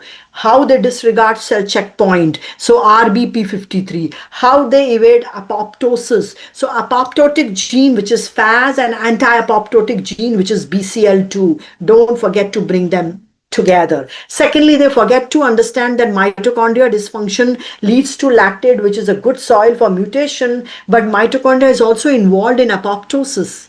So when mitochondria are dysfunctional, it's favorable for cancer cells. They evade apoptosis. This part students forget. Please keep in mind. Okay, what is Warburg effect? Rapid uptake of cancer cells, glucose by cancer cells, fluorodeoxyglucose used for PAT scan. Warburg effect is, it's not that. So when do you form lactate? Either mitochondria is not working or there's no oxygen. Here oxygen is okay. They have their own angiogenesis. So forming lactate in the presence of oxygen is Warburg effect. Why are you forming lactate here? Mitochondria is wrong, not oxygen. Does that make sense? Are you key points? Key points. I'm not teaching you here, right? Please, please, please know the blue box very well. Don't flip-flop blue and green box. Which is gain of function, blue box or green box? Gain of function mutation is blue box or green box? Blue box or green box? Green box, please. Green box, don't panic. Examples, growth factor receptor that have tyrosine kinase activity, RAS, MYC, cyclin D CDK4, cyclin E CDK2, they are all proto-oncogenes or tumor suppressor genes. All that I said right now are proto-oncogene or tumor suppressor gene. They are proto-oncogene. So their mechanism is gain of function mutation, not loss of function mutation. Loss of function mutation is for all these genes in blue box, right? You should know first their function. I will tell you RB. Tell me BRCA1 and BRCA2. Are they involved in double-stranded repair, double-stranded repair, homologous repair? Yes, first normal function. BRCA1, BRCA2, then cancer. They are not endometrial cancer. They are breast and ovarian. Retinoblastoma, I'll show you presentation. So presentation is different. First boxes. Don't jump to retinoblastoma and do a chat GPD about, no, we will not test you on retinoblastoma presentation. We don't want you to flip-flop this gene so that you recognize that gain of function is only green box and loss of function is only blue box. First of all, you don't flip-flop that. Don't flip-flop the example. Then function, do it. RB, I will tell you. BRCA1, BRCA2, double-stranded homologous repair. BRCA1, BRCA2 is not endometrial cancer. It's breast and ovarian. APC is multiple polyps colon cancer. P53 is Leaf-Ramsey syndrome. It is sarcomas. Sarcomas are common there. Cancers are also different. If you see sarcomas, it is P53. If you see breast and ovarian, it's BRCA1, BRCA2. What about endometrial? This is mismatch repair enzyme. They are caretaker, not gatekeepers. They are tumor suppressor. They are not proto-oncogene. MSH, mismatch repair enzyme is Lynch syndrome. Here you see endometrial cancer in female. So if you see polyps and endometrial cancer, they are talking about Lynch syndrome. They are not talking about BRCA1, BRCA2. BRCA1, BRCA2 is breast and ovarian. Neurofibromatosis, neurocutaneous tumor. I will tell you the function of each, right? Are you clear with that? Don't flip-flop the tumors. They are not the same. Don't flip-flop the mechanism. So hereditary cancer, now there are two types of cancer, hereditary and sporadic. Sporadic means you didn't inherit anything, either gain of function mutation or loss of function mutation. Sporadic are better. Nothing is better, right, when you say to cancer. But how sporadic is better? There's a chance that, for example, tumor suppressor gene, that both hit will be somatic, acquired. So they occur later in life sporadic, and they do not have multiple tumor. Inherited are worse because you already inherited one proto-oncogene, gain of function proto-oncogene, and one loss function of tumor suppressor gene. It's already there in the cells. So this is early tumors, and this is multiple primary tumors. But you need only one. It's not both need to be there for to express a cancer. Even if you have one gain of function of proto-oncogene or one loss of function of mutation of tumor suppressor gene, either one of them will lead to cancer. Does that make sense? That's why it's an or. There is no other reason that I have put or. You should know clearly gatekeepers and caretaker. Tell me, mismatch repair are gatekeepers or caretakers? Mismatch repair are gatekeepers or caretaker? Mismatch repairs, they are caretakers. Mismatch repair is Lynch or familial adenomatous polyposis. Mismatch repair is Lynch or FAP Lynch. In Lynch, you see endometrial cancer, or in BRCA1, BRCA2, you see endometrial cancer in female. In Lynch, you see endometrial cancer. In Lynch, very clear. Anything in growth factor signaling is proto-oncogene. Proto-oncogene is gain of function. A tumor suppressor is loss of function. Do not forget these two. The apoptotic is FAS and anti-apoptotic is BCL2. So tell me, what is favorable for cancer cells, to gain apoptotic or to gain anti-apoptotic? To gain apoptotic or to gain anti-apoptotic? To gain anti-apoptotic. So which one has gain of function mutation? Gain of function mutation of which one will lead to cancer? FAS or BCL2? FAS or BCL2? BCL2. Do not flip-flop that, please. So there are two different genes here also. I'm telling you, people just concentrate on gain of function, loss of function, nuclear theory. Bring in mitochondrial theory. Don't forget that these cancer cells want, favorable for them is to disregard shell checkpoint. So you should know RBNP53, and they also want to evade apoptosis. So you should know FAS and BCL2 too. Gain of function, you need only one gain of function allele. Inherited cancer syndrome, only one, and then there would be cancer. Yes, there would be cancer then. Out of this, which is proto-oncogene? Naturally, MYC. MYC is very important. Where do you see MYC in growth factor signaling? Do you see MYC? Do you see MYC in growth factor signaling? Do you see MYC in growth factor signaling? Do you see MYC in growth factor signaling pathway? MYC. MYC is the last point in growth factor signaling. Do you see MYC in growth factor signaling? Growth factor receptors, tyrosine kinase activity, RAS, RAF, MAP, MYC. MYC is the last. RAS is there. After RAS is MYC. RAS is active and bound to GTP. Very correct. But after RAS, last is MYC. MYC is a transcription factor. If MYC is overactive or overexpressed, the two are different things. If MYC is overactive or overexpressed, there is cancer. Is this proto-oncogene or tumor suppressor gene? Your main focus should be proto-oncogene, tumor suppressor gene, gain function, loss function, apoptotic, anti-apoptotic gene. So is MYC proto-oncogene or tumor suppressor gene?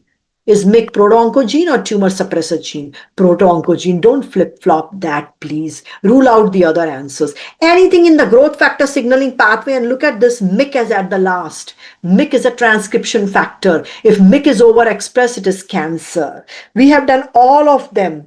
HER1, this is the growth factor receptors. They have tyrosine kinase activity. Now, please, there's a difference between receptor tyrosine kinase and intracellular tyrosine kinase. There are two different things. Either one of them, if overactive, will lead to cancer, but they are different. This is receptor tyrosine kinase. HER1 lung, HER2 breast. RAS is active and bound to, when is growth factor signaling overactive? RAS is active and bound to GTP or GDP. When is RAS active, bound to GTP or GDP? Anyone? GTP, persistent activation of RAS leads to cancer. We will do neurofibromin protein 2, which has GTPase activity. Remember, RAS is bound to GTP active, but what is the normal phenomena? GDP is exchange and RAS is inactive. But in cancer, RAS is always bound to GTP. So there could be a number of things. Either RAS is always bound to GTP, or you lose GTPase activity. That could also lead to cancer. So please know RAS. This we have done. BCR Abelson. Tell me the leukemia. Tell me the leukemia BCR Abelson. Leukemia. It is very good. CML. Absolutely wonderful. We are doing good, right?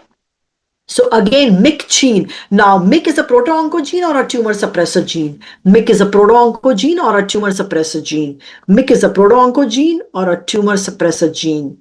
MYC is a proto-oncogene. I'm sorry, I'm going a little fast because I want to put the key points. I'm not teaching you. Go back and write them and do it. Is that okay? Is that okay, how I'm doing? Is that working? Yes? Great. MYC is a proto-oncogene. So either overexpressed or overactive will lead to cancer. That is what is gain of function mutation, right? All the other are not gain of function mutation if you see. MYC overexpressed, Burkitt's. Burkitt's is 814. Please do Burkitt's. MYC amplification, neuroblastoma. And MYC. So MYC is active but differently in different places, overexpressed in Burkitt's, amplified in neuroblastoma. So that is why, yes, you should know proto-oncogene, but they have different mechanism. In first mechanism, the proto-oncogene is product is overactive. In the second and third, it is overexpressed. Whether overexpressed or overactive, both is cancer. Last is chromosomal translocation. Two types, two outcomes of chromosomal translocation. Either the wild gene is under strong promoter or there is fusion gene. Examples of wild gene under strong promoter, give me example of chromosomal translocation outcome where wild gene comes under strong promoter. Two of them, wild gene under strong promoter. Wild gene under strong promoter, Burkitt's and not CML, not CML. CML is a wrong answer. Burkitt's is right and follicular is right. Wild gene under strong promoter, Burkitt's and follicular. Burkitt's 814, follicular 1418. Burkitt or follicular, where is MYC overexpressed? Burkitt or follicular, where is MYC overexpressed? Not both. Burkitt's. In follicular, what is overexpressed? Anti-apoptotic gene BCL2. BCL2. So you should know chromosome, gene, and what's happening. Does that make sense? Example of wild gene under strong promoter, Burkitt's and follicular. Burkitt is 814, follicular is 1418. Burkitt is MYC overexpressed, follicular is BCL2 overexpressed. There are different chromosome, different gene. Please pay close attention. Fusion gene is CML and AML or PML. AML M3 is 1517. What is CML? Philadelphia chromosome. AML M3, promyelocytic leukemia is 1517. What is CML? Give me chromosome. 922, Abelson and BCR gene. So please do that for me. They are all gain of function mutations, especially the first three, which clearly shows either you have a overactive a protein or a overexpressed protein. This is gain of function. This is not loss of function. You don't need to memorize which one, but receptor tyrosine kinase, growth factor receptor tyrosine kinase, RAS, MYC, cyclin D CDK4, cyclin E CDK2, any one overexpressed or overactive is gain of function proto-oncogene. MYC, I told you two places, Burkitt's and neuroblastoma, right? Burkitt's and neuroblastoma, do that. I told you chromosomal translocation, two outcomes. Wild gene under strong promoter, give me quickly. Wild gene under strong promoter, give me examples, just examples. Wild gene under strong promoter, examples of wild gene under strong promoter, anyone? Burkitt's and follicular. And fusion genes, either CML, Philadelphia chromosome, and AML M3 or promyelocytic leukemia. Chromosomes are different, genes are different. Look at this here. Please pay close attention. Burkitt's MYC overexpression. A follicular BCL2 overexpression. BCL2 overexpression. Follicular. They are different. Fusion gene 922 Philadelphia chromosome CML, 1517 acute promyelocytic leukemia PML AML M3, clearly given in these slides. They are different chromosome, different gene, different function. Now CML is not receptor tyrosine kinase. CML 922 fusion gene is overactive intracellular tyrosine kinase. Please pay close attention on that. That is not receptor tyrosine kinase, because growth factor has tyrosine kinase on the surface receptors, but there are kinase inside too, right? They are known as intracellular tyrosine kinase. CML oncogenic mechanism is not because of receptor tyrosine kinase, but intracellular tyrosine kinase. That is why this one, C, should be the answer of translocation with active intracellular tyrosine kinase should be answer for which one? Which chromosomal translocation? This should be the answer. Which chromosomal translocation? This should be answer CML. But this one is not asking CML. This is asking AML or pro-AML-M3 or promyelocytic leukemia. That is 1517 PML-RAR, so nuclear receptors. So you should clearly know both the outcomes, right? Chromosome and gene. This answer should be CML. So rule out other answers too. C should be CML, D is PML or AML-M3.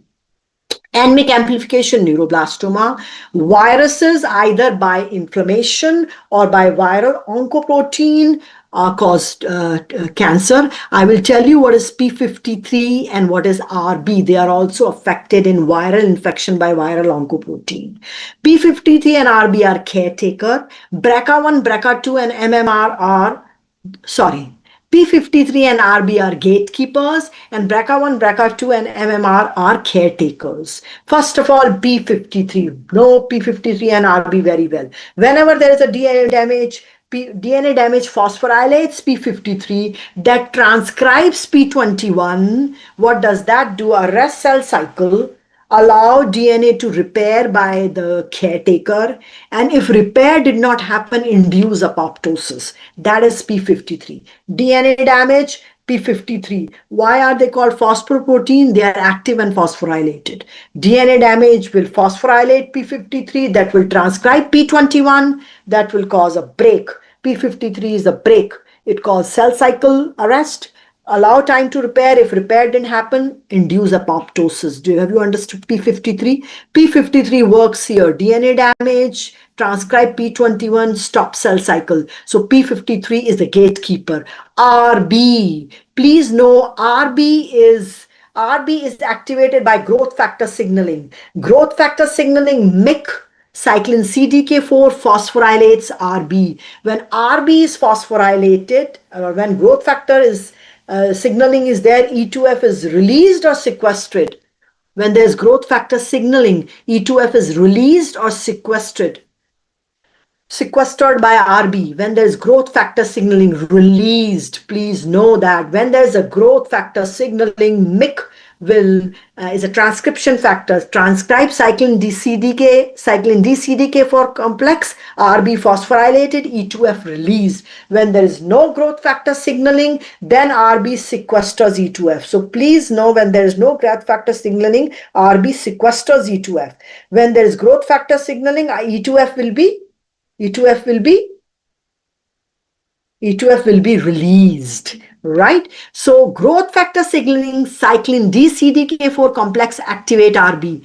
DNA damage activate P53, but both are active and phosphorylated. When cell is quiet, RB is sequestering E2F. When cell has growth factor signaling, RB releases E2F. Who causes cell progression? Cyclin E-CDK2 complex.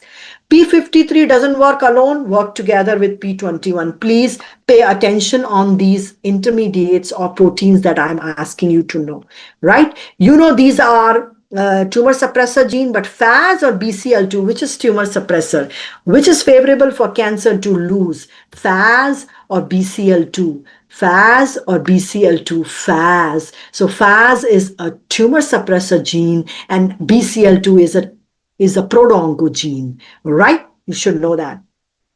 But for the tumor suppressor gene, you can inherit one knockout allele, but you have to inherit the other knockout allele, which is sporadic event by chance, but it has to happen to the second allele of the same gene in the same cell.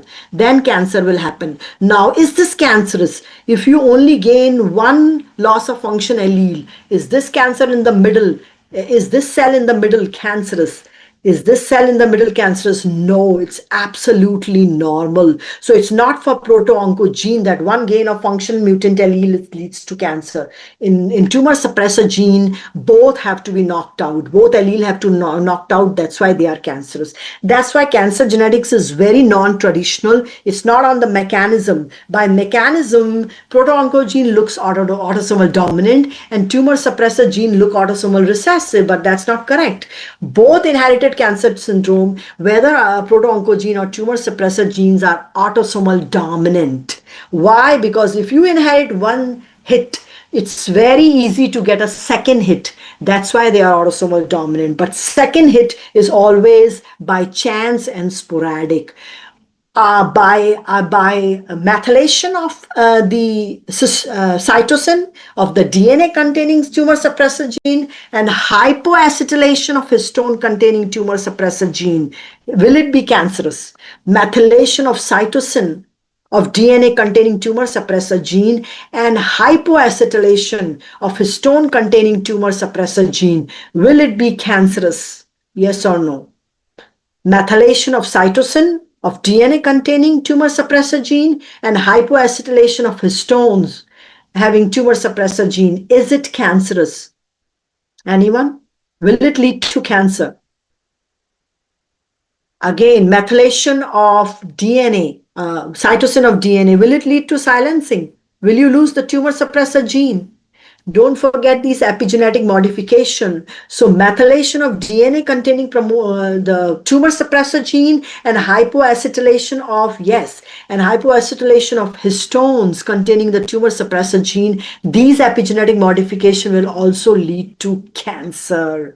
MicroRNAs, if they degrade mRNA, right? I will touch upon this in the end. I want to first touch key points. So tumor suppressor gene, I'll talk about microRNA. Don't remember to remind me how microRNAs can also lead to activation or inactivation of microRNA can also lead to cancer. But first more important points. So having one knockout allele is not cancerous. You have to have both knockout allele, though still this does not make tumor suppressor gene loss of function autosomal recessive. Both are dominant inherited cancer. What is loss of heterozygosity or in loss of function mutation? One is mutant, one is wild. If you convert wild into mutant, the heterozygosity is lost. So loss of heterozygosity is for proto-oncogene or tumor suppressor gene. Loss of heterozygosity by any mechanism, don't get lost in this mechanism, but loss of heterozygosity where one was wild red and one was mutant, and you converted the wild into mutant and heterozygosity was lost. That's why you need to knock out of allele. Is it for tumor suppressor gene or proto-oncogene? So don't flip-flop that, please. Loss of heterozygosity is not for proto-oncogene. Hypoacetylation of histone is not for proto-oncogene. Methylation of DNA is not for proto-oncogene. Do you understand what I'm saying is don't flip-flop the mechanism. Again, inherited versus sporadic. Sporadic, nothing is better, but in sporadic, it's a chance that you will have both knocked out by acquired. So the sporadic is late onset and not multiple tumors. You should know all gene and their function. Let's do which we have not done. White eye reflex and retinal tumor retinoblastoma. I told you what is the function of retinoblastoma or RB. RB sequesters E2F, right? Only when there is growth factor signaling, RB will be released. Now look at retinoblastoma. There's no RB. There's no RB. So what will happen to E2F? Will it always be sequestered or will it always be released?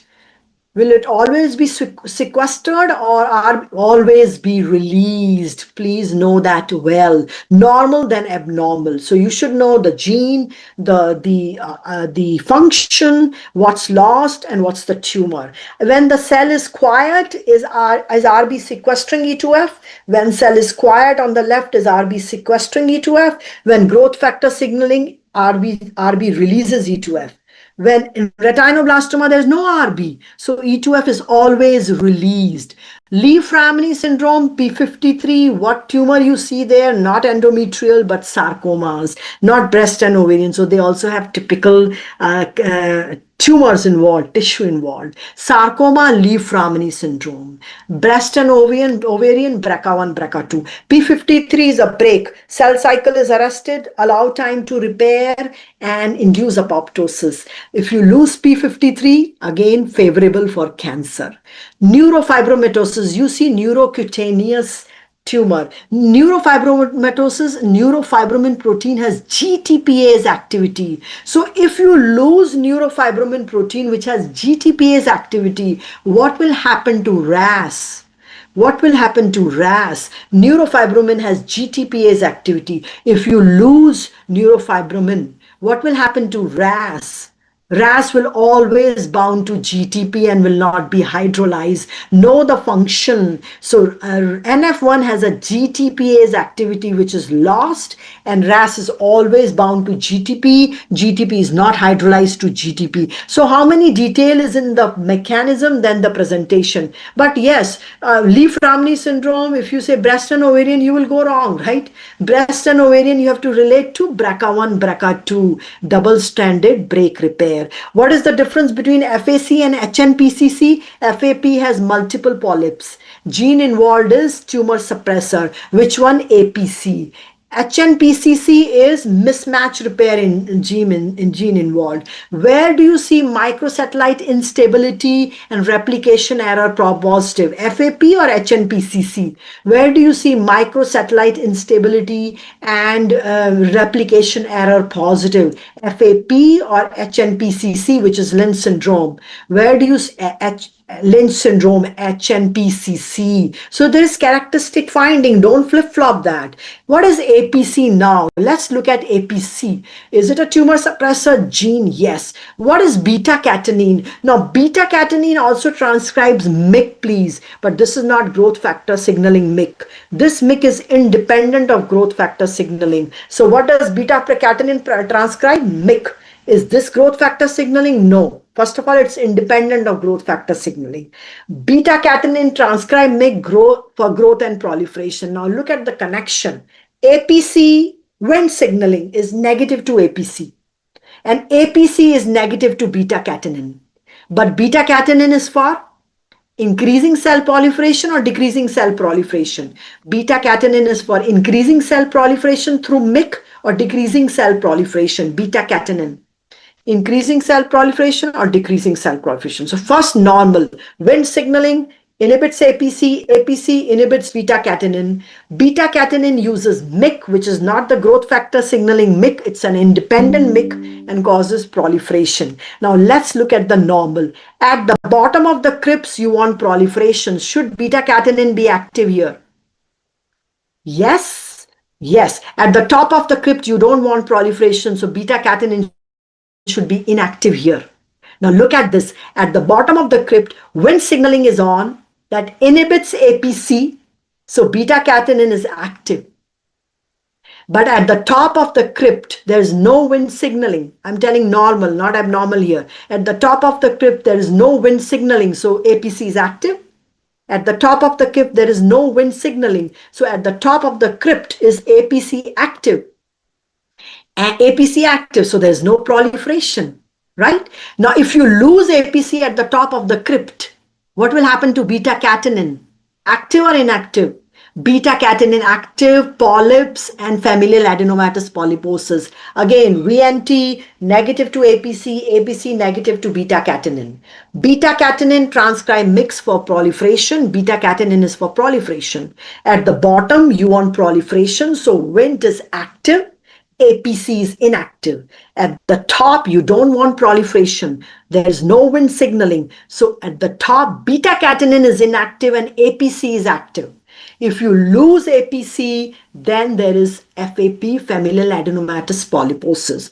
Now, if I ask you, gain of function should be for beta-catenin or APC? Gain of function leading to colon cancer should be beta-catenin for beta-catenin or APC? Gain of function colon cancer should be for beta-catenin or APC? Beta-catenin, right? Please know it well. So Wnt signaling, if there is Wnt signaling, then APC is inactive, right? Yes? If there is Wnt signaling, APC inactive and beta-catenin is active. Without Wnt signaling, APC can also be lost and beta-catenin can be active. That is familial adenomatous polyposis, right? Normally beta-catenin, so normally Wnt signaling should inactivate APC and beta-catenin should be active. But if you lose APC, then also beta-catenin can be. If you lose APC, tumor suppressor gene, then also beta-catenin can be Active or inactive? If you lose APC, active. You got to make that connection, right? Mismatch repair, Lynch syndrome, you see endometrial in female. There is microsatellite instability. You see satellites of different sizes, and that's known as slippage after replication. And that is also known as replication error positive. This is Lynch syndrome. BRCA1, BRCA2 are not sporadic. They are inherited, related with which tumor? Endometrial or breast and ovarian? BRCA1, BRCA2. They are not sporadic. They are inherited, breast and ovarian. Now, what is this? P10 is a very most common actually tumor suppressor gene, which when lost leads to cancer. Now, AKT is a kinase. AKT is a kinase, sorry. So P10 is a phosphatase and AKT is kinase, yes. Loss of PTN most common related to cancer. PTN is a phosphatase, AKT is a kinase. AKT releases BCL2. Now, P10 inactivates AKT. Okay, again, P10 is a phosphatase, AKT is a kinase, AKT releases BCL2. BCL2 is apoptotic or anti-apoptotic? BCL2 is apoptotic or anti-apoptotic? Anti-apoptotic. Now tell me again, P10 is a phosphatase. It inactivates AKT, which is a kinase, which is responsible normally to release BCL2. So if you lose P10, what will happen? Is it favorable for cancer? If you lose P10, is it favorable for cancer? Yes, it is favorable for cancer, but you should first know normal. AKT is essential for BCL2 release, but PTN is a phosphatase that inhibits AKT. Are you clear with that? All right. Yes. So losing P10 would be bad for favorable for cancer. Now, in wound healing, there's epithelial to mesenchymal, but mesenchymal has to come back to epithelial.